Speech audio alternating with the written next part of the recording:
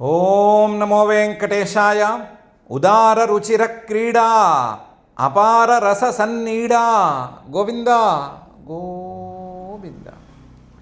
నమోద్భుతాభ్యాం విధృతాఖిలాభ్యాం స్వసంగ నిర్ణేజిత హృచ్ఛయాభ్యాం అసంగతా కోటిగతాత్మకాభ్యాం నమో నమః శ్రీధర పాదుకాభ్యాం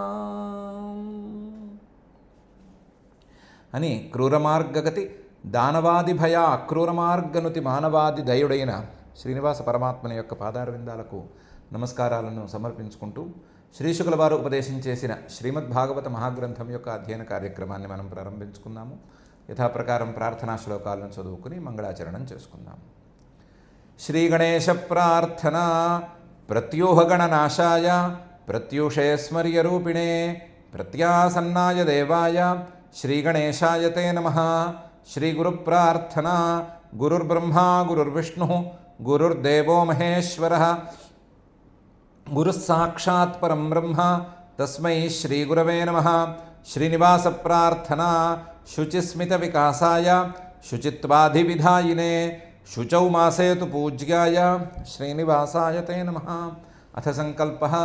అస్మాకం ఉపాత్త సమస్త దురితక్షయద్వారా బుద్ధిశుద్ధ్యర్థం విద్యాభివృద్ధ్యర్థం భక్తిజ్ఞానవైరాగ్యాది తదనుకూల సర్వసంపత్సమృద్ధ్యర్థం శ్రీపరమేశ్వర ప్రీత్యర్థం శ్రీమద్భాగవత పాఠం కరిష్యామహే. అస్య శ్రీమద్భాగవత స్తోత్ర మహామంత్రస్య నారద ఋషి బృహతి ఛందః శ్రీకృష్ణః పరమాత్మా దేవత బ్రహ్మబీజం భక్తిశక్తి జ్ఞానవైరాగ్యే కీలకం. అస్మాకం శ్రీమద్భగవత్ప్రసాదసిద్ధ్యర్థే పాఠే వినియోగః. ధ్యానం నారాయణౌషధవరాయ చిరోపయుక్తం వ్యాసప్రసూతశుకవైద్యవరైశ్చ సూక్తం ఆధ్యాదిదోషవినివారణకార్యశక్తం వైద్యాలయం విశతభాగవతం నిషక్తం. శ్రీ గురుభ్యో నమః.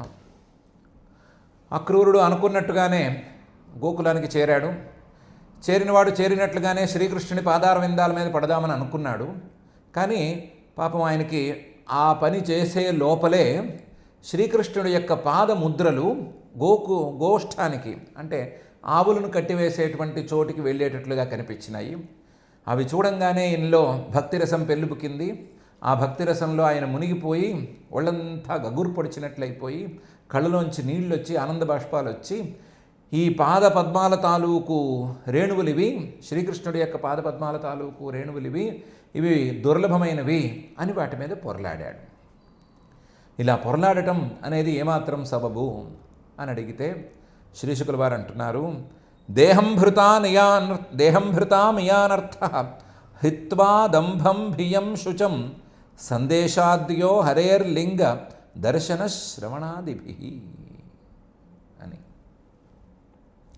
దేహం భృతామ్యానర్థ, శరీరం అంటూ వచ్చిన వాళ్ళకి ఆ శ్రీకృష్ణుడి యొక్క పాద రేణువులు తగలటం అనేది దేహ సార్థక్యానికి పనికొచ్చేది. శరీరం అంటూ ఉంటే శరీరంతో ఏదో మంచి పని చేయాలి కదా, శరీరాన్ని బాగా గొప్పగా చూసుకోవాలి కదా. శరీరంతో చేయగలిగిన మంచి పని ఉంది, ఇంతకంటే మంచి పని ఏముంది? శరీరాన్ని ఇంతకంటే గొప్పగా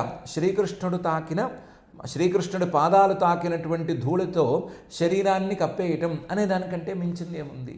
దేహం భృతామియానర్థ.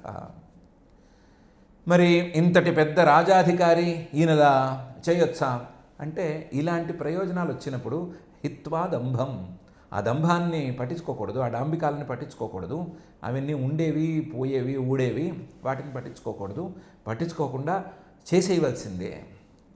అమ్మో ఏమైనా అవుతుందా అని భయం అంటే హిత్వా భయం, భయాన్ని అస్సలంటే అస్సలు లెక్క చేయకూడదు. హిత్వా శుచం, ఏ శోకాన్ని ఆ క్షణాన్ని లెక్క చేయకూడదు. ఏమైనా ముళ్ళు గుచ్చుకుంటాయా, ముళ్ళు గుచ్చుకుంటే ఏమైనా నొప్పి కలుగుతుందా, ఇలాంటివి కూడా ఏం పట్టించుకోకూడదు. ఇలాంటివి చేసేయవలసిందే. సందేశాద్యో హరేర్లింగ దర్శన శ్రవణాదిభి. శ్రీహరి తాలూకు మూర్తిని చూడటం కానీ, ఇప్పుడైతే అక్రూరుడు శ్రీహరి తాలూకు లింగం అంటే చిహ్నం పాదముద్రలు వాటిని చూశాడు. దాన్ని చూడటాన్ని గురించి కానీ, శ్రవణాన్ని గురించి కానీ, దర్శనాన్ని గురించి కానీ, వీటన్నిటిని గురించి కానీ ఏమీ సంకోచం లేకుండా పనులు చేయాలి. ఎలాగైతే అక్రూరుడికి ఈ ఆనందం కలిగిందో అలాంటి ఆనందాన్నే కలిగించుకోవాలి, కలిగించుకునేంత భక్తి ఉండాలి. అంతే తప్ప అక్రూరుడు చేసింది సరి అయిందా కాదా అనే ప్రశ్న మాత్రం అక్కర్లేదు. అసలు అక్రూరుడు చేసింది దేహం భృతామి యానర్థ అనే స్థాయి పని అని శ్రీ శుకుల వారు చెప్తున్నారు. దేహం భృతామి యానర్థో హిత్వా దంభం భియం శుచం సందేశాద్యో హరేర్లింగ దర్శన శ్రవణాదిభి అని. అయితే ఈ అక్రూరుడు ఈ పొరలాటం అనే కార్యక్రమం పూర్తయిన తర్వాత దదర్శ కృష్ణం రామంచ వ్రజే గోదోహనం గతౌ పీత నీలాంబరధరౌ శరదంబురుహేక్షణౌ. దూరంగా ఆవుల్ని కట్టేసే చోట్ల చూశాడు. చూస్తే దదర్శ కనిపించారు. ఎవరు? కృష్ణం రామంచ, శ్రీకృష్ణుడు బలరాముడు ఇద్దరూ కనిపించారు. వాళ్ళిద్దరూ అక్కడ ఏం చేస్తున్నారంటే వ్రజే గోదోహనం గతౌ, ఆవులు పాలు తీసే సమయం అది. ఆ పాలు పితికే సమయంలో ఆ పాలు పితికే స్థానంలో వీళ్ళు ఉన్నారు. వీళ్ళు పాలు పితికే స్థాయికి వచ్చారా రాలేదా తర్వాత మాట, అక్కడ ఉన్నారు వీళ్ళు. వ్రజే గోదోహనం గతవు. ఇద్దరు పీత నీల అంబరధరవు. శ్రీకృష్ణుడేమో పీతాంబరం పసుపచ్చని పట్టుబట్ట కట్టుకున్నాడు. ఈయనేమో బలరాముడేమో నీలాంబరం కొంచెం నల్లవాగుండే పట్టుబట్ట కట్టుకున్నాడు. పీత నీలాంబరధరవు. కానీ ఇద్దరు శరదంబురుహేక్షణవు, శరత్కాలంలో పూచే తామర పువ్వులాగా తెల్లటి కళ్ళతో చల్లటి కళ్ళతో ఇద్దరు చాలా అందంగా ఉన్నారు. దదర్శ కృష్ణం రామంచ వ్రజే గోదోహనంగతౌ పీత నీలాంబరధరౌ శరదంబురుహేక్షణౌ కిశోరౌ శ్యామలశ్వేతౌ శ్రీనికేతౌ బృహద్భుజౌ సుముఖౌ సుందరవరౌ బలద్విరద విక్రమౌ. కిషోరవు ఇద్దరూ మరీ అంత వయస్సుకేమి రాలేదు, 16 ఏళ్ళు కూడా రాలేదు, 12 ఏళ్ళు లోపలే ఉన్నారు. కిషోర వయస్సు అంటారు కదా, కిషోర వయస్సు అంటే యౌవనానికి ముందు. యౌవనం అనేది ఏ వ్యక్తికి ఆ వ్యక్తి వేరువేరుగా ఉంటుందేమో, లేదా ఏ కాలానికి ఆ కాలం కూడా వేరువేరుగా ఉండవచ్చు. వీళ్ళ యౌవనానికి చాలా ముందున్నారు వీళ్ళు, అంటే సుమారుగా 11-12 ఏళ్ళ లోపలే ఉన్నారు వీళ్ళు. అందువల్ల కిషోరవు. శ్యామల శ్వేతవు, శ్రీకృష్ణుడేమో నల్లవాగులో ఉన్నాడు, శ్వేత బలరాముడేమో తెల్లవాగుగా ఉన్నాడు. శ్యామల శ్వేతవు. కానీ ఇద్దరినీ చూస్తే శ్రీనికేతవు, లక్ష్మీదేవి యొక్క పరిపూర్ణ స్థానాలు అనిపించేటట్లుగా ఉన్నారు. శ్రీనికేతవు. ఇద్దరి భుజాలు బృహద్భుజవు, చాలా పెద్దగా ఉన్నాయి. బృహద్భుజవు. కావాలనే వీళ్ళిద్దరూ తమ పెద్ద భుజాలని అక్రూరుడికి చూపించారు.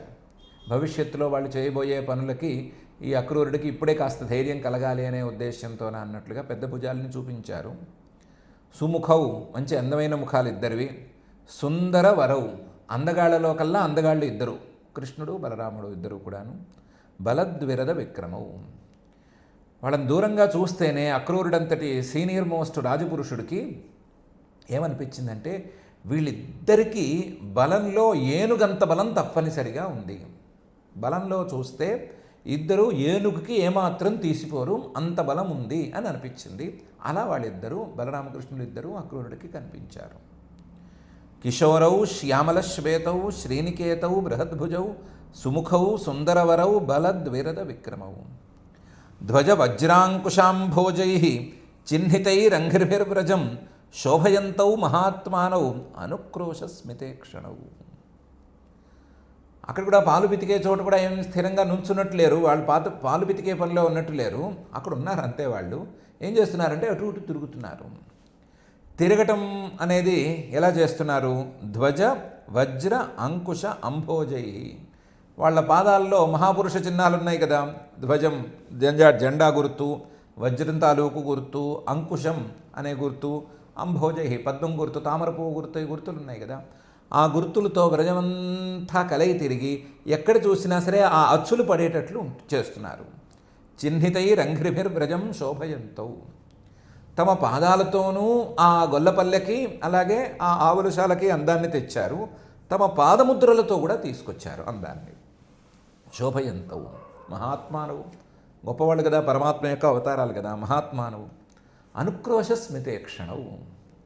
దయతో కూడిన చిరునవ్వుతో కలగలిసిన చూపులతో అన్నిటినీ చూస్తున్నారు. వస్తువుల్ని, అక్కడ ఉండే ఆవుల్ని, చుట్టూ ఉండే మనుషుల్ని, అందరినీ అలా చూస్తున్నారు బలరామకృష్ణులు ఇద్దరు. ధ్వజ వజ్రాంకుశాంభోజైశ్చిహ్నితైరంఘిరభిర్వ్రజం శోభయంతౌ మహాత్మానౌ అనుక్రోశ స్మితేక్షణౌ ఉదార రుచిర క్రీడౌ స్రగ్మిణౌ వనమాలినౌ పుణ్యగంధానులిప్తాంగౌ స్నాతౌ విరజవాససౌ. ఈ పిల్లలిద్దరూ అక్కడ ఆడుకుంటున్నారు. ఉదార రుచిర క్రీడవు, వాళ్ళు ఆడే ఆటలు కూడా చాలా గొప్పగా ఉన్నాయి. వాళ్ళు ఆడే ఆటలు ఆటిన కొద్దీ చూడాలి అనిపించేలాగా ఉన్నాయి. వాళ్ళు పాలు పెద్దవాళ్ళు పితుకుతున్నట్టున్నారు. పెద్దవాళ్ళు పాలు పితుకుతుంటే వీళ్ళిద్దరూ చుట్టుపక్కల చేరి ఆడుతున్నారు. ఆ ఆటలు కూడా చాలా అందంగా ఉన్నాయి. ఉదార రుచిర క్రీడవు. శిరగ్విణవు, రకరకాల రత్నాల హారాలు వేసుకున్నారు. పొద్దున్నంటే బృందావనానికి వెళ్ళేటప్పుడు కొన్నిసార్లు హారాలు ఇవ్వచ్చు, ఇవ్వకపోవచ్చు. కానీ ఇప్పుడు మాత్రం ఉన్న రత్నమాలలన్నీ వేసుకోవాలి కదా, ఎప్పుడు వేసుకోవాలి ఈ పిల్లలు. అందుకని ఇప్పుడు సాయంత్రం వస్తూనే స్నానం అయిన తర్వాత మాలలు అవి దిగేసి మరీ పంపించారు తల్లులు. అందువల్ల శిరగ్విణవు. ఇది కాక వనమాలినవు, ఎప్పుడూ వదిలిపెట్టని వనమాల అనేది ఉండనే ఉంది. ఇద్దరూ వనమాలలు వేసుకుని ఉన్నారు. పుణ్యగంధానులిప్తాంగౌ, వాళ్ళ తల్లు చక్కగా స్నానం చేయించి పుణ్యగంధాలని, మంచి వాసన వచ్చేటువంటి గంధాలను వాళ్ళంతా పూసి పంపించారు. అందువల్ల పుణ్యగంధానులిప్తాంగౌ స్నాతౌ విరజవాససౌ, ఏమాత్రం మురికి లేని మంచి పట్టుబట్టలు కట్టుకుని ఉన్నారు. పొద్దునంతా ఆ వనంలో తెగ తిరిగి రావాలి కదా, తిరిగి వచ్చేసరికి మొత్తం ఒళ్ళంతా మట్టి కొట్టుకుపోయి ఉంటుంది. అలాగే బట్టలన్నీ కూడా మట్టి కొట్టుకుపోయి ఉంటాయి కదా, అవన్నీ పోయి ఒళ్ళంతా చాలా శుభ్రంగా ఉండి మంచి పుణ్యగంధాలతో ఉంది. అలాగే బట్టలు కూడా చాలా శుభ్రంగా ఉన్నాయి. ఉదార రుచిర క్రీడౌ స్రగ్విణౌ వనమాలినౌ పుణ్యగంధానులిప్తాంగౌ స్నాతౌ విరజవాససౌ ప్రధాన పురుషావాద్యౌ జగద్ధేతూ జగత్పతి అవతీర్ణౌ జగత్యర్థే స్వాంశేన బలకేశవౌ. ఈ జగత్తు మొత్తానికి ప్రధానమైన పురుషులు ఇద్దరున్నారంటే వీళ్ళిద్దరే. ప్రధానమైన పురుషుడు ఒక్కడే ఉండాలి కదా, ఇద్దరు ఎలా ఉన్నారు అంటే ఒకే పురుషుడు రెండుగా వచ్చాడు కాబట్టి ప్రధాన పురుషులుగా ఉన్నారు వీళ్ళు. ప్రధాన పురుషవు. నిజానికి వీళ్ళిద్దరూ పరమాత్మ యొక్క రూపాలు కాబట్టి ఆద్యౌ, సృష్టికి ముందున్నటువంటి పరమాత్మలు అంటే పరమాత్మ యొక్క రూపాలు అనే అర్థంలో. జగద్ధేతు, సృష్టికి ముందుండి జగత్తు మొత్తాన్ని తయారు చేసినటువంటి పరమాత్మ యొక్క రూపాలు. జగత్పతి, ఈ జగత్తు మొత్తం మీద తన అధికారాన్ని ఉంచుకున్నటువంటి పరమాత్మ యొక్క రూపాలు. అవతీర్ణవు జగత్యర్థే, ఆ పరమాత్మ ఈ భూమిని కాపాడటానికి దిగి వస్తే దిగి వచ్చిన రూపాలు ఈ రెండు. అవతీర్ణవు జగత్యర్థే. ఇలాగా స్వాంశేన, తన అంశాలన్నిటినీ కలబోసి అది కిందకి దిగి వస్తే వచ్చినటువంటి రూపాలు. ఎవరు వీళ్ళు? బలకేశవౌ, బలరాముడు, శ్రీకృష్ణుడు. ప్రధాన పురుషావాద్యౌ జగద్ధేతూ జగత్పతి అవతీర్ణౌ జగత్యర్థే స్వాంశేన బలకేశవౌ. దిశో వితిర్మిరారాజన్ కుర్వాణౌ ప్రభయా స్వయా యథా మారకతశైల రౌప్యశ్చ కనకాచితౌ. వీళ్ళున్న చోట ఏంటో ఉండవలసిన మసక చీకటి కూడా లేదనిపిస్తోంది. వీళ్ళున్న చోట దిశో వితిమిరారాజన్, దిక్కులన్నీ కూడా చీకటి లేనట్లుగా తయారై ఉన్నాయి. ఓ రాజన్, ఓ పరీక్షిత్తు, కుర్వాణౌ ప్రభవయా స్వయా, వాళ్ళ యొక్క ప్రభ, వాళ్ళ యొక్క కాంతి అసలు ఆ చుట్టుపక్కల ప్రాంతాల్లో చీకటి లేకుండా చేస్తోంది. అలా అంత కాంతివంతంగా ఉన్నారు. వాళ్ళకి పోలిక చెప్పాలి అంటే యథా మారకత శైల కనకాచిత. ఒకవైపు శ్రీకృష్ణుడిని చూస్తే బాగా ముదురాకుపచ్చ రంగు, అంటే నల్లవాగుకు దగ్గరగా ఉండేటువంటి రంగు. ఆ రంగుతో పోతబోసిన విగ్రహంలే ఉన్నాడు. ఆ రంగుతో పోతబోసినటువంటి ఒక కొండలాగా, చిన్న గుట్టలాగా ఉన్నాడు ఆయన. ఆ చిన్న గుట్టలాగా ఉండేటువంటి ఆ శ్రీకృష్ణుడి మీద ఉండేటువంటి బంగారు ఆభరణాలను చూస్తే ఓ మరకత శిలల తాలూకు చిన్న గుట్ట, ఆ గుట్ట మీద ఏదో బంగారం ఎవరో పోశారు అన్నట్టుంది. అంత చక్కగా ఉన్నాడు. ఈ బంగారం కొట్టొచ్చినట్టు కనిపిస్తోంది. అలాగే ఈయన నల్ల రంగు కూడా చక్కగా కొట్టొచ్చినట్టు కనిపిస్తోంది. అలాగే బలరాముణ్ణి చూస్తే ఓ వెండి కొండ, వెండి పోత పోసిన కొండ, ఆ కొండ మీద బంగారం పెడితే ఎలా ఉంటుందో అలా ఉంది. యథా మారకత శైల రౌప్యశ్చ కనకాచితౌ. ఇద్దరు బంగారాభరణాలు దిగేసుకున్నారు. ఇద్దరు వేరువేరు రంగుల్లో ఉన్నారు. శ్రీకృష్ణుడు నల్లటి రంగుల్లో అంటే ముదురాకు పచ్చ నల్లవాగుగా మారే రంగులో ఉన్నాడు. బలరాముడేమో తెల్లని రంగులో ఉన్నాడు. ఈ తెల్లని రంగులో ఉండే కొండ, నల్లని రంగులో ఉండే కొండ ఈ బంగారాలతో నిండి ఉంటే ఎలా ఉంటుందో అలా వీళ్ళిద్దరు ఉన్నారు. దిశో వితిమిరారాజన్ కుర్వాణౌ ప్రభయాస్వయ యథా మారకతశైలో రూప్యశ్చ కనకాచితౌ. రథాత్తూర్ణమవప్లుత్య సోక్రూర స్నేహవిహ్వల పపాత చరణోపాంతే దండవద్ రామకృష్ణయో. రథాత్తూర్ణమవప్లుత్య ఆయన అనుకున్నట్లుగానే రథం నుంచి ఒక దూకాడు కదా, దూకినవాడు పొర్లాడు కదా, పొర్లినవాడు పరుగులు పెట్టుకుంటూ వచ్చి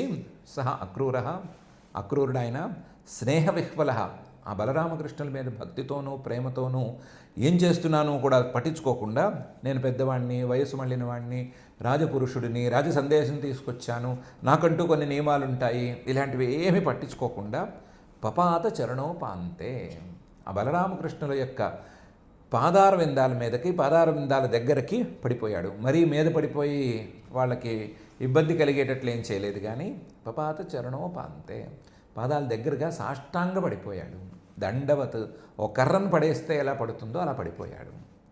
రామకృష్ణయోహో బలరామకృష్ణుల యొక్క పాదార విందాల దగ్గర ఈయన పడిపోయాడు. దండవత్ ప్రణామం చేశాడు. రథాత్తూర్ణమవప్లుత్య సోక్రూర స్నేహవిహ్వల పపాత చరణోపాంతే దండవద్ రామకృష్ణయో. చాలా మాట్లాడదామని అనుకున్నాడు. నేను అక్రూరుడిని, నేను మీకు బంధువునవుతాను, మీకు నాకు బాంధవ్యం ఉంది, మీరెవరో నాకు బాగా తెలుసు అని ఇవన్నీ బాగా చెప్దామని అనుకున్నాడు. కానీ భగవద్దర్శనాహ్లాద బాష్ప పర్యాకులేక్షణ పులకాచితాంగ ఔత్కంఠ్యాత్ స్వాఖ్యానే నాశకన్ నృప. ఆ భగవంతుణ్ణి చూసినటువంటి ఆహ్లాదం, సంతోషం, ఆ సంతోషం ఆనంద బాష్పాలుగా బయటకు వస్తుంటే, ఆ ఆనంద బాష్పాలకి కళ్ళు కనిపించకుండా ఉంటే, భగవద్దర్శనాహ్లాద బాష్ప పర్యాకులేక్షణ కళ్ళు కనిపించగా ఈ బలరామకృష్ణులే ఎటున్నారు అని వెతుక్కోవలసి రాగా ఆ క్రూరుడికి పులకాచితాంగ ఒళ్ళంతా గగుర్పాటుతో, ఒళ్ళంతా ఒక రకమైన ఆనందంతో రోమాంచితం కాగా ఈ అక్రూరుడికి ఔత్కంఠ్యాత్ మనసంతా కూడా ఏదో ఉత్కంఠతతో నిండి ఉండగా, తను ఎన్నో రోజులుగా దర్శనం చేసుకుందామని అనుకున్నటువంటి ఆ శ్రీకృష్ణ పరమాత్మ సాక్షాత్తుగా ఎదురుకుండా ఉంటే వచ్చేటువంటి ఔత్కంఠ్యం ఈయన్ని ముంచెత్తగా ఆయన కనీసం నేను అక్రూరుడిని అని కూడా చెప్పలేకపోయాడు. దండం పెడితే దండం పెట్టిన వాళ్ళు నేను ఫలానా వాడినండి అని చెప్పే దండం పెడతారు కదా, ఊరికనే దండం పెట్టి వెళ్ళిపోరు కదా. కనీసం ఆ దండం పెట్టేటప్పుడు చెప్పవలసిన మాటలు అహం అక్రూరోస్మి అని చెప్పాలి, అది కూడా చెప్పలేకపోయాడు. స్వాఖ్యానే నాశకన్ నృప. నేను అక్రూరుడిని, మీకు దాయాదిని, ఏదో మీకు బంధువుని, మీ జన్మవృత్తాంతం అంతా నాకు తెలుసు, ఇన్ని మాటలు చెప్పాలనుకున్నాడు. కనీసం నేను అక్రూరుడిని అనే మాట కూడా ఆయన నోట్లోంచి బయటికి రాలేదు. భగవద్దర్శనాహ్లాద బాష్ప పర్యాకులేక్షణ పులకాచితాంగ ఔత్కంఠ్యాత్ స్వాఖ్యానే నాశకన్ నృప. భగవాంస్తమభిప్రేత్య రథాంగాంకితపాణిన పరిరేభేభ్యుపాకృష్య ప్రీతః ప్రణతవత్సల. భగవాన్ ఈయన ఒకవేళ కనుక ఏదో చెప్పాలని కూడా చెప్పలేకపోయినా, ఉన్నవాడు ఎదురుకుండా ఉన్నవాడు భగవాన్ సర్వజ్ఞుడు కదా, ఆ సర్వజ్ఞుడు తమ అభిప్రేత్య వచ్చినవాడు ఎవడో కనిపెట్టడం పెద్ద విషయమే కాదు కదా, అది ఇష్యూ కాదు కదా, ఆయన మనసులో ఏముంది అనే సంగతి చూశాడు. ఆయన మనసులో చాలా ప్రేమ ఉంది, చాలా భక్తి ఉంది, ఏదో మాట్లాడదామనే తపన ఉంది, మాట రాని తడబాటు ఉంది. ఇది చూశాడు. చూసి ఈయనకి అన్నిన్ని మాటలు ఏం చెప్పక్కర్లేదు, మనం చేయదలుచుకున్న పనులు ఏముంటాయి, ఆ పనులకు తగ్గ బలం మనలో ఉంది అని ఈయనకి నమ్మకం కలిగిస్తే కాస్త పెద్ద ఆయన కదా, ముసలివాడు కదా, కాస్త ధైర్యంగా ఉంటాడు, కుదురుకుంటాడు అని అనుకుని తన చేతిలో ఉండేటువంటి చక్రాన్ని చూపిస్తూ ఆయనకి రథాంగాంకిత పాణిన, తన చేతిలో చక్రముద్రలు ఉన్నాయి అని సాముద్రిక లక్షణాల ప్రకారం తాను మహావీరుడిని అనే మాట చూపిస్తూ రథాంగాంకిత పాణిన అభ్యుపాకృష్య తన బలాన్ని ఆ పెద్ద ఆయన మీద ఒక్కసారి చూపించి ఆయన్ని లాగి పరిరేభే ఒకసారి కౌగిలించుకున్నాడు. ఆ లాగటంలో అక్రూరుడికి తెలియాలి, ఈయనకి బలం ఏమాత్రం ఉంది అని తెలియాలి. ఆ లాగేటప్పుడు ఆయన చేతికి ఉండేటువంటి చక్రాలు కూడా అక్రూరుడికి స్పష్టంగా తెలియాలి. ఆ చక్రాలను చూసి సాముద్రిక శాస్త్రం ప్రకారం ఈయన మహావీరుడు, మొత్తం భూమిని మొత్తాన్ని ఏలేస్తాడు అని అనిపించాలి. అదే సమయంలో బలం కూడా ఆయన అనుభవంలోకి రావాలి. అలా పనిచేశాడు. రథాంగాంకిత పాణిన అభ్యుపాకృష్య పరిరేభే. అయితే ఇందులో అక్రూరుణ్ణి ఇబ్బంది పెట్టడం అనే అంశమేమీ లేదు. గట్టిగా లాగేస్తే ఆయనకి ఏమైనా అయిందా అనే ఉద్దేశమేం లేదు. ప్రీతితోనే చేశాడు. ప్రణతవత్సల, తనకు నమస్కారం పెట్టిన వాడిని చిన్నపిల్లవాడిలా చూసుకుంటాడే తప్ప ఆయన్నేమి ఇబ్బంది పెట్టాడు కదా. కాబట్టి ఇబ్బంది ఏం పెట్టకుండానే తన బలం ఆయనకి ధైర్యం కలిగించేటట్లుగా బలాన్ని చూపించి, సాముద్రిక లక్షణాలను కూడా చూపించి ఆయన్ని కౌగిలించుకున్నాడు. ఆయన అక్రూరుడేమో వచ్చేటప్పుడు నన్ను కౌలించుకుంటాడు అది ఇది అనుకున్నాడు కదా, ఆ కోరికను తీర్చాడు. భగవాంస్తమభిప్రేత్య రథాంగాంకిత పాణిన పరిరేభేభ్యుపాకృష్య ప్రీతః ప్రణతవత్సల. సంకర్షణశ్చ ప్రణతం ఉపగుహ్య మహామనాః గృహీత్వా పాణినా పాణి అనయత్ సానుజో గృహం. మరి ఈయన ఎలా ఉంటే బలరామకృష్ణుడు అంతకుమించి తక్కువ చేయడు కదా. అందువల్ల సంకర్షణశ్చ, అందరినీ లాగేసేటువంటి బలరాముడు కూడా ప్రణతం, తన కాళ్ళకు నమస్కారం పెట్టినటువంటి అక్రూరుణ్ణి ఉపగుహ్య, వెంటనే గట్టిగా కౌగలించుకున్నాడు. ఆయన కూడా లాగి కౌగలించుకున్నాడు. మహామనాహ, గొప్ప మనస్సు ఉన్నవాడు బలరాముడు. సహజంగానే ఆయనకి కోపము అనుగ్రహము రెండూ చాలా తొందరగా వస్తాయని పేరుంది. అందువల్ల అలాంటి బలరాముడు ఈయన ఇంత పెద్ద ఆయన నమస్కారం పెట్టేసరికి ఆయన్ని కౌగలించుకుని గృహీత్వా పాణినా పాణి, ఆయన ముందు అనుకున్నట్టుగానే అక్రూరుడు నేను 2 చేతులు జోడిస్తాను, బలరాముడేమో తన చేత్తో నా చేతులు 2 పట్టుకుని ఇంట్లోకి తీసుకెళ్తాడు అని అనుకున్నట్లుగానే గృహీత్వా పాణినా పాణి, ఆయన 2 చేతుల్ని తన చేత్తో పట్టుకుని అనయత్ సానుజో గృహం, తమ ఇంటికి తీసుకెళ్ళాడు. వీళ్ళు ఆవుల కొట్టంలో ఉన్నారు కదా, అక్కడి నుంచి ఇంట్లోకి తీసుకెళ్లారు. సానుజ కూడా శ్రీకృష్ణుడు కూడా ఉన్నాడు. సంకర్షణశ్చ ప్రణతం ఉపాగుహ్య మహామనాః గృహీత్వా పాణినా పాణి అనయత్ సానుజో గృహం. పృష్ట్వాథ స్వాగతం తస్మై నివేద్య చ వరాసనం ప్రక్షాళ్య విధివత్పాదౌ మధుపర్కార్హణమాహరత్. అయ్యా, మీ ప్రయాణం చక్కగా సాగిందా అని ముందు కుశల ప్రశ్నలు వేశారు. పృష్ట్వాథ స్వాగతం, మీ మార్గంలో ఏమీ ఇబ్బందులు ఏం రాలేదు కదా, ప్రయాణం సాఫీగా సాగింది కదా అని అడిగారు. పృష్ట్వాథ స్వాగతం తస్మై నివేద్య చ వరాసనం, ముందు అసలు ఆసనం మీద కూర్చోండి, ఉత్తమమైన ఆసనం మీద కూర్చోండి, ఎంతసేపు నుంచుంటారు, ఎంతసేపనగా ప్రయాణం చేశారో ఏమిటో అని చెప్పి ఆయన్ని కూర్చోబెట్టారు. ముందు ఆయన కాళ్ళు కడిగారు. ప్రక్షాళ్య విధివత్పాదవు, బలరామకృష్ణులు ఇద్దరూ ఆయన పాదాలు కడిగారు. వయసులో పెద్దవాడు కదా, ఇందాక ఆయనైతే సాష్టాంగపడ్డాడు. సాష్టాంగపడ్డప్పుడు వీళ్ళు ప్రతి నమస్కారాలు చేశారనే మాట రాలేదు. కేవలం కౌగిలించుకున్నారు ఇద్దరు, బలరామకృష్ణులు ఇద్దరు ఇన్ని. ఇప్పుడు పెద్దవాడు, ఇంట్లో అందరూ చూస్తున్నారు కదా, అందువల్ల ప్రక్షాళ్య విధివత్పాదవు, ఆయన కాళ్ళు కడిగారు, లేదా కాళ్ళు కడుక్కోవడానికి నీళ్ళైనా అందించారు. మధుపర్కార్హణం ఆహరత్, మధుపర్కం అని ఇంటికి వచ్చిన వాళ్ళకి వెల్కమ్ డ్రింక్ ఒకటి ఇచ్చుకోవాలి. మధుపర్కం రకరకాలుగా ఉంటుంది. కొబ్బరి నీళ్ళలో పంచదార వేసి, లేదా కొబ్బరి నీళ్ళలో తేనె వేసి ఇవ్వచ్చు, లేకపోతే పెరుగులో కాస్త తేనె వేసి లాంటివి ఇవ్వచ్చు. రకరకాల మధుపర్కాలు ఉన్నాయి. ఆ మధుపర్కాల్లో ఏదో ఒక మధుపర్కం ఇచ్చి, ఆ సమయానికి వీలుగా ఉండేటువంటి మధుపర్కాన్ని ఇచ్చి, వెల్కమ్ డ్రింక్ ఇచ్చి ఆయన్ని ముందు అసలు కూర్చోబెట్టారు. నిజానికి ఈ పూజలన్నిటికీ అక్రూరుడనే ఆయన అర్హణం, ఆయన అర్హుడే. కాబట్టి అర్హణం మధుపర్కం ఆహరత్, ఆయనకి మధుపర్కం కూడా ఇచ్చి ముందు ఆయన్ని గౌరవించారు. పృష్ట్వాథ స్వాగతం తస్మై నివేద్య చ వరాసనం ప్రక్షాళ్య విధివత్పాదౌ మధుపర్కార్హణం ఆహరత్. నివేద్యగాంచాతిథయే సంవాహ్య శ్రాంతమాదృతః అన్నం బహుగుణం మేధ్యం శ్రద్ధయోపాహరద్ విభు. నివేద్యగాం చాతిథయే, అతిథిగా వచ్చాడు కదా అక్రూరుడు. అతిథిగా వచ్చిన అక్రూరుడికి ముందు గాం నివేద్య, గోవు అంటే భూమి అనే అర్థం ఉంది కాబట్టి నీవు ఉండవలసిన నివాస భూమి ఇది అని చూపించారు, మీ రూమ్ ఇది అని చూపించారు. నివేద్యగాం చాతిథయే. పోనీ గౌహు అంటే ఆవే అని అర్థం చెప్పాలని అనుకున్నా, మీరు ఉన్నన్ని రోజులు మీకు వాడటానికి ఈ ఆవు పాలే వాడతాము అని నివేద్యగాం చాతిథయే, మీకు ఈ ఆవు పాలే వాడతాము, ఈ ఆవు పాలు బాగుంటాయి, తీయగా ఉంటాయి, చక్కగా ఎప్పుడు కావాలంటే అప్పుడు ఇస్తుంది ఈ ఆవు, కాబట్టి ఈ ఆవు పాలే మీకు, ఒకే ఆవు పాలు మీకు ఇస్తాము అనైనా చెప్పుండొచ్చు. నివేద్యగాం చాతిథయే. లేదంటే వాళ్ళ సంప్రదాయం ప్రకారం ఎవరైనా ఇంటికి వస్తే వాళ్ళకి బహుమతిగా ఒక ఆవుని ఇవ్వటం అనే ఆచారం ఏమైనా ఉండి ఉండవచ్చు వాళ్ళకి. ఆ ఆచారం ప్రకారం నివేద్యగాం చాతిథయే, వచ్చిన అతిథికి అక్రూరుడికి ముందుగా ఒక ఆవుని బహుకరించారు అనైనా చెప్పుకోవచ్చు. ఇలాంటి 3 రకాల ఆచారాలు మనకి ఉన్నట్టుగా తెలుసు. ఎవరైనా కొంతమందిలో ఇంటికి ఎవరైనా వస్తే వాళ్ళకి ఏమైనా ఇవ్వకపోతే తోచదు, కాబట్టి ఆ సంప్రదాయం ప్రకారం ఏమైనా ఆవునిచ్చుకున్నారా తెలియదు.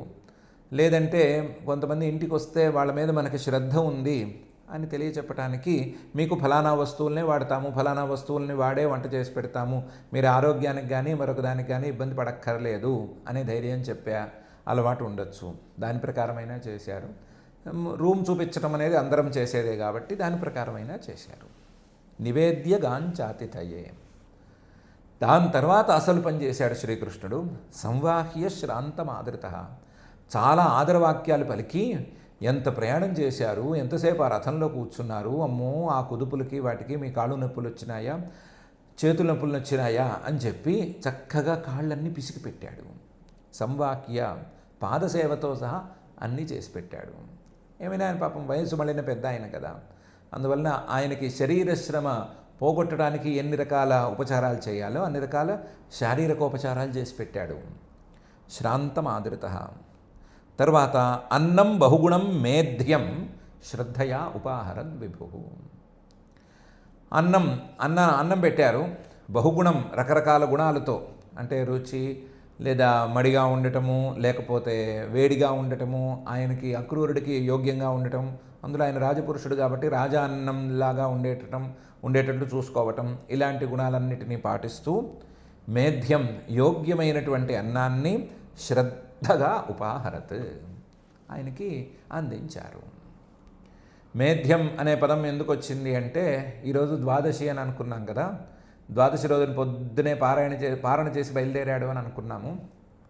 అందువల్ల పొద్దునుంచి సాయంత్రం వరకు ఏ ఆహారము తీసుకోలేదు ఆయన. ద్వాదశి రోజు రాత్రికి భోజనం నిషిద్ధం.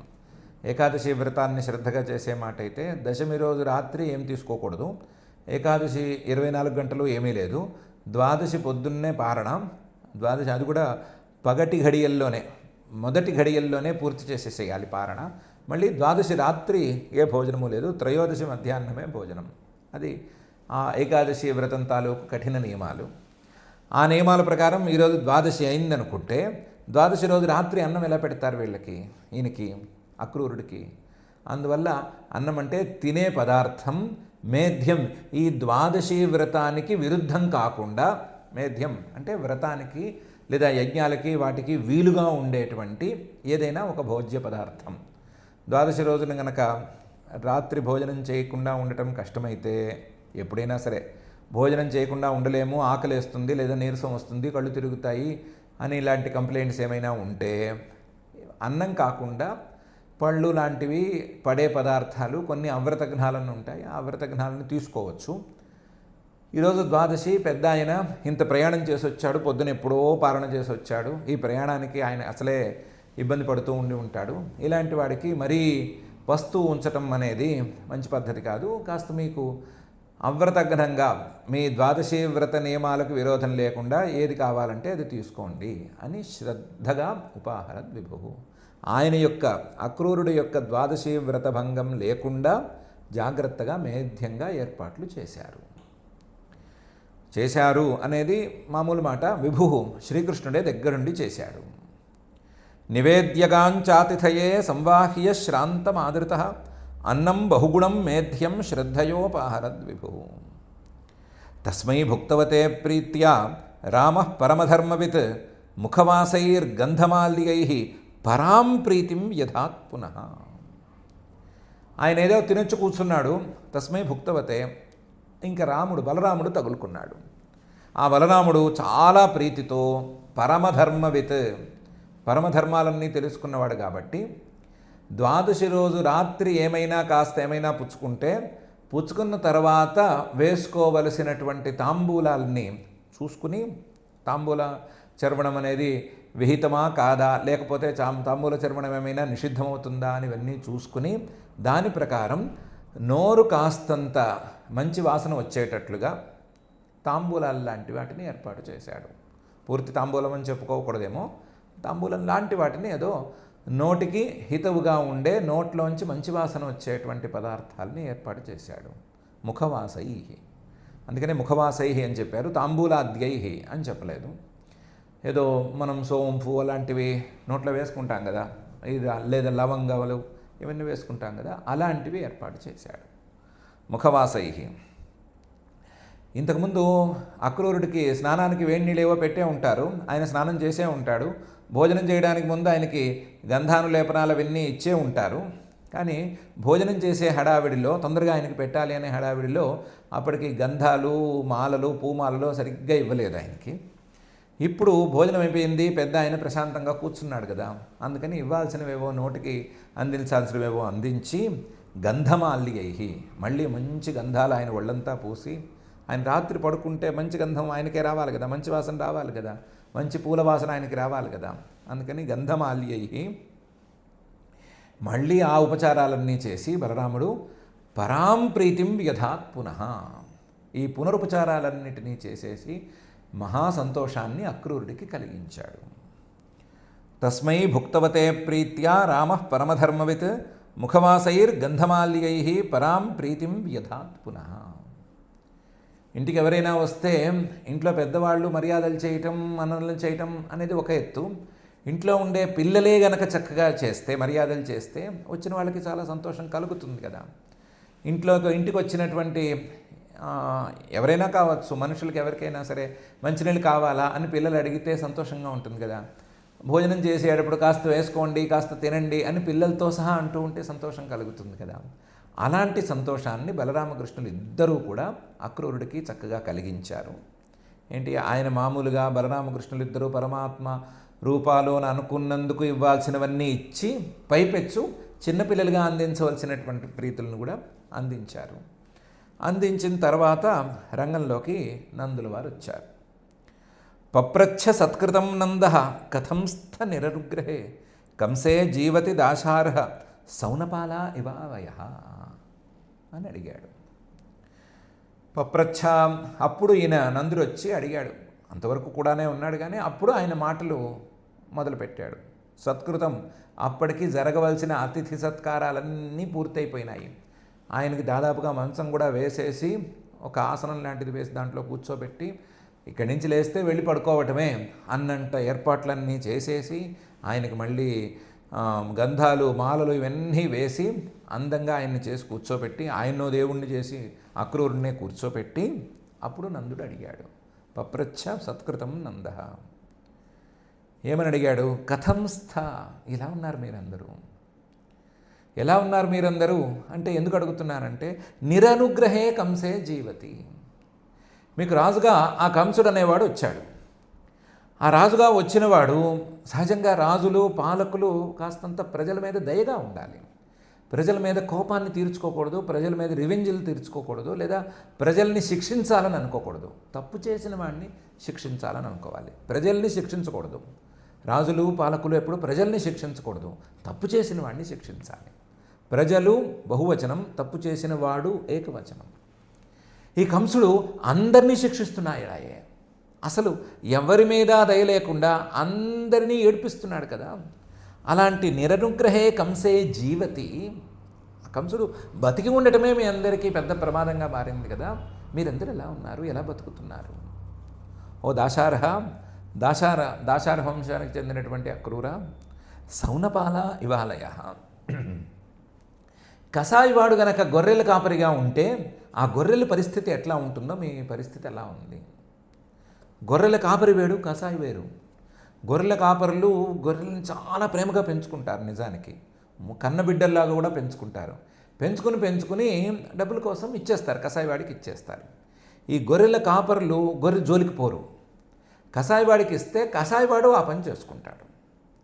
కానీ మీ కేసులో అలా లేదు. మీ కేసులో కసాయివాడే కాపరిగా ఉన్నాడు. కసాయివాడే కాపరిగా ఉంటే ఆ గొర్రెల పరిస్థితి ఏంటి? మామూలుగా గొర్రెల కాపరి ఏలుబడిలో ఉంటే కనుక గొర్రెలన్నీ ప్రశాంతంగా ఉంటాయి. చక్కగా తిండి ఎక్కడుందో అక్కడికి తీసుకెళ్తాడు, కాస్త కుక్కల్ని వాటిని పెట్టి వాటికి రక్షణ ఏర్పాటు చేస్తాడు, నీళ్లు తాగుతున్నాయా లేవా చూస్తాడు. గొర్రెలకి జలుబులు అవి చేస్తాయట మనలాగానే. ఆ జలుబు చేసినప్పుడు సరిగ్గా తిండి తినలేవట. సరిగ్గా తిండి తినకపోతే అవి సరిగ్గా పెరగవుట. అందుకని వాటికి జలుబు చేయకుండా జాగ్రత్త చూస్తారు. అలాగే జలుబు చేస్తే వాటికి వేయాల్సిన మందులు వేయిస్తారు. అలాగే ఆ గొర్రెలు ఎక్కడ పడితే అక్కడ నోరు కాళ్ళు పెడితే కనుక ఏ పామో పురుగో పుట్రో వచ్చి కుడితే ప్రమాదం కదా. అందుకని అవి వెళ్ళే చోట్లలో అలాంటివి ఏమీ లేకుండా ఉండేటట్టు చూసుకునే వెళతారు. ముందు వీళ్ళే ఆ ప్రాంతం సేఫ్గా ఉందా లేదా చూసుకుంటారు. ఏ పాము కాటుకే గురి కాకుండా ఇలా చూసుకుంటారు. అదే కసాయివాడైతే ఏ గొర్రెని ఎప్పుడు తీసేస్తాడో తెలియదు కదా. అలాగే మీరందరూ కంసుడనేటువంటి కసాయివాడి కింద గొర్రెల్లాగా ఎప్పుడు ఎవడి నెత్తి మీద కత్తి పడుతుందో తెలియక భయం భయంగా బతుకుతున్నారు కదా. అసలు ఎలా ఉన్నారు మీరు అని అడిగాడు. పప్రచ్ఛ సత్కృతం నంద కథం స్థ నిరనుగ్రహే కంసే జీవతి దాశారః సౌనపాల ఇవావయ యోవధీత్ స్వస్వసుస్తోకాన్ క్రోశంత్యా అసుతృప్ఖలః కిన్నుస్విత్ తత్ ప్రజానాం వః కుశలం విమృశామహే. మీరంతా క్షేమమే కదా అని అడగడానికి నాకు నోరు రావట్లేదు. మీరందరూ మథురాపురిలో క్షేమంగా ఉన్నారు కదా అని అడగాలి నేను. కథం విమృశామహే, మిమ్మల్ని క్షేమంగా ఉన్నారా అని ఎలా అడుగుతాను నేను? ఎందుకంటే మీ రాజు పరమ క్రూరుడుగా ఉన్నాడు. మీ రాజు యోవధీత్ స్వస్వసుస్తోకాన్, తన తోబుట్టువు కాదు కానీ తోబుట్టువు లాంటి చెల్లెలి పిల్లల్ని పసిపిల్లలుగా ఉండగానే నలిపేశాడు. యోవధీత్ స్వస్వసుస్తోకాన్ క్రోశంత్యాహ, ఆవిడేమో ఏడుస్తోంది, అరుస్తోంది, వద్దురా నాయనా అని అరుస్తోంది. అయినా సరే లెక్క పెట్టకుండా ఆ చెల్లెల పిల్లల్ని కూడా హతమార్చాడు. అసుతృప్, ఇతరుల ప్రాణాలు పోతూ ఉంటే ఆ ప్రాణాలు పోయే సమయాన్ని చూసి సంతోషపడేంత కలహ మూర్ఖుడు, అంత దుర్మార్గుడు వాడు. ఎవరైనా ప్రాణాలు పోయేటప్పుడు చూస్తే కడుపులో దేవేయాలి, అలా దేవదు వాడికి. ఎవరైనా ప్రాణాలు పోతుంటే చూస్తే సంతోషం కలుగుతుంది. అదొక రాక్షసత్వం. ఆ రాక్షసత్వానికి పరాకాష్ఠ అసుతృప్ కలహ. అలాంటి వాడి ఏడుబడిలో ఉన్నారు కదా మీరు. కిన్నుస్విత్ తత్ప్రజానాం, అలాంటి వాడి ఏలుబడిలో ఉండేటువంటి ప్రజలు మీరందరూ. అక్రూర, మీలాంటి వాళ్ళందరూ, వసుదేవుడు కానీ దేవకి కానీ మిగతా వాళ్ళు కానీ చివరికి వాళ్ళ నాన్న ఉగ్రసేనుడితో సహా అందరూ కిం కుశలం విమృశామహే, ఏమని మిమ్మల్ని క్షేమ సమాచారాలను అడగగలను నేను. ఒకే మాట, ఎలా ఉన్నారు, ఎలా బతుకుతున్నారు అనే మాటే అడగాలి అని నందుడు అక్రూరుడితో అన్నాడు. యోవధీత్ స్వస్వసుస్తోకాన్ క్రోశంత్యా అసుతృప్ఖలః కిన్నుస్విత్ తత్ ప్రజానాం వః కుశలం విమృశామహే. ఈ మాటలు మాట్లాడేసరికి పాపం అక్రూరుడంతటి వాడే కరిగిపోయాడు. ఇత్థం సూనృతయా వాచ నందేన సుసభాజితః అక్రూరః పరిపృష్టేన జహావధ్వ పరిశ్రమం. ఇలా మధురంగా నందుడు మాట్లాడుతూ ఉంటే అంతకాలం తాను పడ్డ కష్టాలన్నీ పాపం మర్చిపోయినట్టయింది అక్రూరుడికి. నందేన సుసభాజితః, నందుడు ఇంకా కూడా అక్రూరుణ్ణి గౌరవించే మాటలు కొన్ని మాటలు మాట్లాడాడు. ఎందుకంటే మధురలో పాపం కంసుడి ఏలుబడిలోనే ఉన్నాడు, లేదా కంసుడి రాజాస్థానంలోనే ఉన్నాడు. కానీ అక్రూరుడు అనేవాడు, ఆయనకి కాస్త మంచి పేరుంది. మంచివాడు కాబట్టే కంసుడు దగ్గరికి చేర్చలేదు ఎక్కువగాను. మరి బంధువు, దూరపు బంధువు, ప్రమాదం ఏం లేదు, ఏం చేయలేదు, హానికారకుడేం కాడు, అందువల్ల ఇతన్ని మరీ జైల్లో వేయాల్సినంత అవసరమేం లేదు అని అనుకుని ఏదో దానపతిని పదవి పారేసి దానానికి కావాల్సిన సరంజామా ఏవి ఇవ్వకుండా దూరంగా ఎక్కడో పెట్టేశాడు. కానీ కంసుడేమీ దగ్గరికి చేర్చలేదు కాబట్టి కంసుడి యొక్క పేషీలో ఉన్నట్టుగా ఆయనకేం పేరు లేదు, మంచి పేరుంది. ఎవరైనా ఏమైనా మంచి చెడు అడగాలి అంటే ఈయన దగ్గరికే వస్తారు. ఇది కాక శ్వఫల్కుడు అని వీళ్ళ నాన్నగారు, ఆయనకి మంచి తపస్వి అని పేరుంది. గాంధిని అని వీళ్ళ అమ్మగారు, ఆవిడకి కూడా ఆవిడ జన్మ దగ్గర నుంచి చాలా విశేషాలు ఉన్నాయి. కాబట్టి వీళ్ళ తల్లిదండ్రులకి మంచి పేరుంది. ఆ తల్లిదండ్రుల కొడుకుగా ఈయనకి మంచి పేరుంది. కాబట్టి ఆ మంచి పేరుతోనే ఉన్నవాడాయన, మంచిగానే ఉన్నవాడాయన. అలా మంచిగా ఉన్నటువంటి అక్రూరుడిని నందుడనేవాడు ఇంత మంచిగా మాట్లాడేసేసరికి అక్రూరుడికి కూడా కాస్తంత తెరిపి ఇచ్చినట్లయింది. దాంతో అక్రూర పరిపృష్టైన నందుడు వేసిన ఈ కుశల ప్రశ్నలతో జహావధ్వ పరిశ్రమం, వెనకాల బాధలన్నీ, కంసుడు పెట్టిన బాధలు, కంసుడు తన మాట వినట్లేదనని, లేదా తనని సరిగ్గా గౌరవించట్లేదనని, లేకపోతే తన తండ్రినే ఉగ్రసేనుడినే తీసుకెళ్లి జైల్లో పెట్టేశాడని, ఇవన్నీ మనసులో బాధలున్నాయి కదా, ఆ బాధలన్నీ పోవటం కాక ప్రయాణం చేసొచ్చిన శ్రమను కూడా వదిలిపెట్టేసుకున్నాడు. ఇత్థం సూనృతయా వాచ నందేన సుసభాజిత అక్రూర పరిపృష్టేన జహావధ్వ పరిశ్రమం అని శ్రీశుకుల వారు చెప్తున్నారు. దీంతో 43 శ్లోకాలున్న అక్రూరాగమనం అనే పేరు కలిగిన 38వ అధ్యాయం, దశమస్కంధంలోని పూర్వార్ధంలోని 38వ అధ్యాయం పూర్తయింది. ఈ అధ్యాయంలో అక్రూరుడు బయలుదేరటం, మధురలో బయలుదేరిన అక్రూరుడు మనసులో బలరామకృష్ణుల్ని తలుచుకుంటూ, అందులో విశేషంగా శ్రీకృష్ణుని తలుచుకుంటూ ఆయన మీద, ఆయన తత్వాన్ని గురించి భావన చేస్తూ, ఆ భావనలో భాగంగా ఆయన్ని కనిపించిన వెంటనే ఆయనకు నమస్కారం పెట్టుకోవాలని అనుకోవటం, అవన్నీ క్రమక్రమంగా ఆయన ఆలోచనలు చేస్తూ చివరికి నందగోకులానికి చేరిన వెంటనే శ్రీకృష్ణుడి యొక్క పాదముద్రల మీద పడి పొరలాడిన తర్వాత శ్రీకృష్ణ బలరాములని ఇద్దరిని దర్శనం చేసుకుని వాళ్ళ కాళ్ళ మీద పడిపోవటం, తర్వాత బలరామకృష్ణులు ఇద్దరు ఆయనకు కావాల్సిన గౌరవాలు చేయటం, తర్వాత నందుడు అతిథి సత్కారాలు పూర్తయిన తర్వాత కుశల ప్రశ్నలు వేయటం అనేటువంటి అంశాలు ఉన్నాయి. ఈ అంశాలతో ఉన్నటువంటి ఈ అధ్యాయం ఇక్కడికి పూర్తయింది. భక్తి యొక్క ప్రాధాన్యం తెలిసిపోతూనే ఉంది. భక్తి అనేది గనక నిజంగా ఉంటే, ఆ భక్తితో గనక భగవంతుడి గురించే ఆలోచనలు చేస్తే ఆ ఆలోచనలన్నీ నిజమై తీరుతాయి అనేటువంటి అంశం ప్రత్యక్షంగా ఒకే అధ్యాయంలో కనిపిస్తోంది. నేను దండం పెడతాను, ఆయన పైకి లేపి నన్ను కౌగిలించుకుని నా 2 చేతుల్ని తన చేత్తో పట్టుకుంటాడు అని అనుకుంటే అలాగే చేశాడు. లేదా నన్ను చక్కగా పలకరిస్తాడు అని అనుకుంటే అలాగే అవన్నీ పూర్తయినాయి. ఏమనుకుంటే అది పూర్తయింది. ఏమీ అందులో లోటుపాట్లు లేవు. ఉండవలసిందల్లా భక్తితో భగవంతుణ్ణి గురించి ఆలోచించడం, భగవంతుణ్ణి గురించి ఆలోచించి ఆయనతో కలిసి ఆయన దర్శనం కోసం ఆరాటపడటం, ఆయనతో కలవటం కోసం కానీ లేదా ఆయన దర్శనం కోసం కానీ ఆరాటపడటం అనేదే ఉంది. అది అక్రూరుడు చేసుకున్నాడు, ఫలితాన్ని పొందాడు. మనము చేసుకుంటే, మనము అంతే ఆరాటపడితే మనం కూడా అలాంటి ఫలితాలనే పొందుతాము అని స్పష్టంగా తెలుస్తోంది. అక్రూరుడు అనేవాడేమి భగవంతుడికి ప్రత్యేకించి దగ్గరవాడు కాదు. శ్రీకృష్ణుడు అనేటువంటి శరీరానికి ఏమైనా దగ్గర దాయాది అవ్వచ్చేమో కానీ భగవంతుడికి దగ్గర కాదు. భగవంతుడికి భక్తుడే దగ్గర.